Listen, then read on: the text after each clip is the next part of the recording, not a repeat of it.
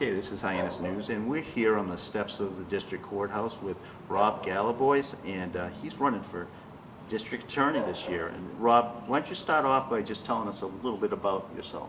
Okay. Thank you, Rob.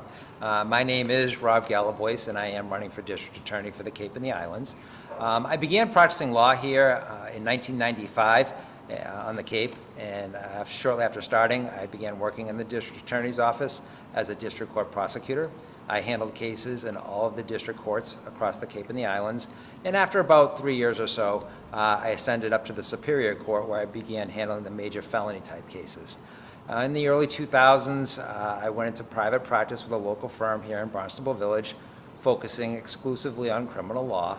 And again, after about 5 years, I opened up my own practice, where I learned the value of creating a budget and operating inside of that budget. Right. Over the course of my career, I have remained exclusively involved with criminal law. My practice ranges from your misdemeanor type offenses, like your OUI cases, through major felonies. To date, Rob, I've handled 15 homicide cases as the lead attorney. In my 27 years of practice, I've been across the Cape and its courtrooms, across most of the Commonwealth, and I'm up to about a dozen states at this point. So what I'm offering to your viewers and the voters certainly, it's the breadth of that experience that I have that distinguishes me and gives me a unique vantage point in this particular race. I can literally say that I've seen district attorneys across the Commonwealth and the country try to transform whatever priorities they have into practice. I've gotten to see what works and what doesn't work. The DA is an impact player. It's often been referred to, or the DA has been referred to, as the conscience of the community. As you know, the DA gets to choose which cases to prosecute, what charges to press, and which cases to divert.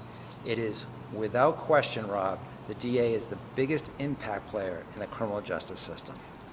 Now, the number one priority of any district attorney has to be public safety. It is crucial that the DA build and maintain the closest of bonds with our law enforcement officials. That officer that stops that car on the darkened road in the middle of the night has to know the DA's office is going to have his back. Similarly, that detective who's in her 15th hour of drafting search warrants to solve the rash of car break-ins has to know the DA's office has her back.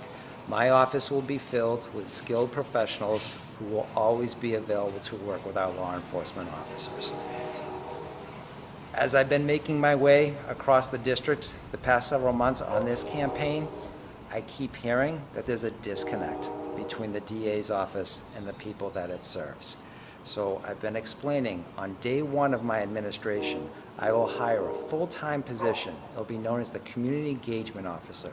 That person's exclusive responsibility will to be in our communities every single day, not reporting to an office, and keep their finger on the pulse of the community and report directly back to me. But our office is going to do more to stay in touch with the people we serve. A few weeks ago, Rob, I announced the formulation of a community coalition, and there's going to be a chapter in every single town across the Cape and on each of the islands.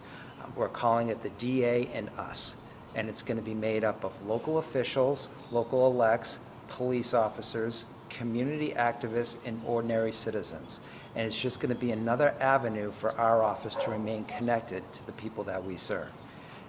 And we're going to do more. The DA's office has approximately 65 employees. Each employee is going to commit to 4 hours of community service each month, including yours truly. And that's going to be yet another way for us to remain connected to the people that we serve. As I practice across the Commonwealth, I've also gotten to see what's going on in other courtrooms in other counties. And what's important for me to try to launch here in the district courts on the Cape and the Islands is a mental health session.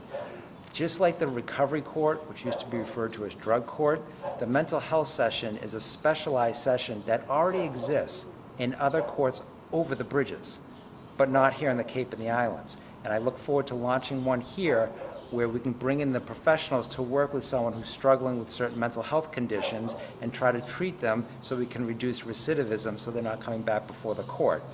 In a similar vein, I look forward to launching a veteran session Again, Rob, we have those types of sessions in courtrooms over the bridges and not on the Cape. Cape Cod has the highest percentage of veterans than any other county across the Commonwealth. So we need to use these resources to help our veterans to find themselves before a judge. Right. Do you have any questions for me, Yeah, sir? sure. Appreciate you giving us that description Thank of you. what you're going to do and, where you come from. And it sounds like very well thought out and some great ideas. It is. So my main question for you, I've been hearing a lot of people calling for change. Yes. Okay, and so I think there's examples recently where we might need to look into change, that sort of thing. Are you that candidate? Why you? What are you going to bring to the DA's office that, is it just going to be the same old thing, or can you just maybe tell us your thoughts Sure. on that? It's a little unique with me, I would offer. I'm a familiar face to many. I've been practicing here for 27 years, so I think many of your viewers would recognize me, so to speak. That said, I definitely have a vision that is very different from the other opponents in this particular race. Those types of specialized programs I talked to you about don't seem to be platform issues for them. They are for me. Community engagement is a huge thing for me. The DA's office does need to connect with the people in our communities so everyone knows each other, so to speak. And there seems to be a breakdown between local police officers or local police departments and the district attorney's office. And that is of the utmost importance with me, to rebuild up that relationship, to rebuild that trust between the DA's office and the police departments. All right. And in terms of the general public, I hear there's a lot where you mentioned there's a disconnect, but where they just don't feel like, they're part of the process. Is this where your community officers are going to help out? Can you just tell us a little bit more about that? Yes, again, the role of the community engagement officer would be to be in each of our neighborhoods, to know what's going on, to keep their finger on the pulse and be able to report back to me. What I'm hearing as I've been making my way around is people don't know what the district attorney even does, let alone the people that work in the particular office. And in my administration, that will change greatly. Okay. And Rob, one last question. I was just reading an article by the Martha's Vineyard Times, right? And I've been covering a story recently and stuff, and it has to do with the colonel of the state police's son is involved in, he's looking at criminal charges, that sort of thing. And I saw that you did make some comments on Martha's Vineyard about this. Would you mind sharing your thoughts about that Sure. subject? First, we don't know all the facts of what took place that particular night. We do know that the integrity of any investigation cannot be called into question by the particular relationship that may exist between the investigator and those that are being investigated. So transparency, integrity of the investigation would call for an independent prosecutor to be brought in.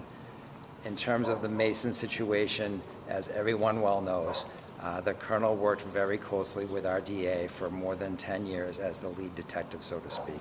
So again, integrity of the investigation would call for an independent prosecutor to be brought in this particular case. Okay, very good.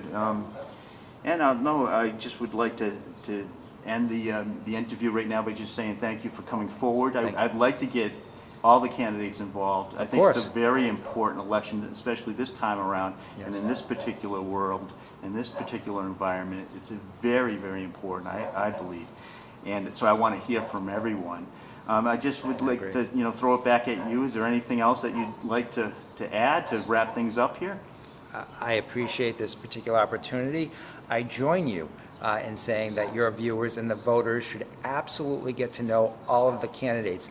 There are clear choices in this particular race, and I'm offering, of course, that I think my vision for the office and the commitment to the office stands out from the others, and I'd ask for their support. Thank you.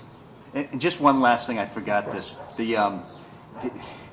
I've been approached about possibly, setting up debates on Hyannis News. Is that something you'd be interested in? I welcome a debate at any point. Okay, great. Thanks. Thank Thanks you. a lot, Rob. Thank you.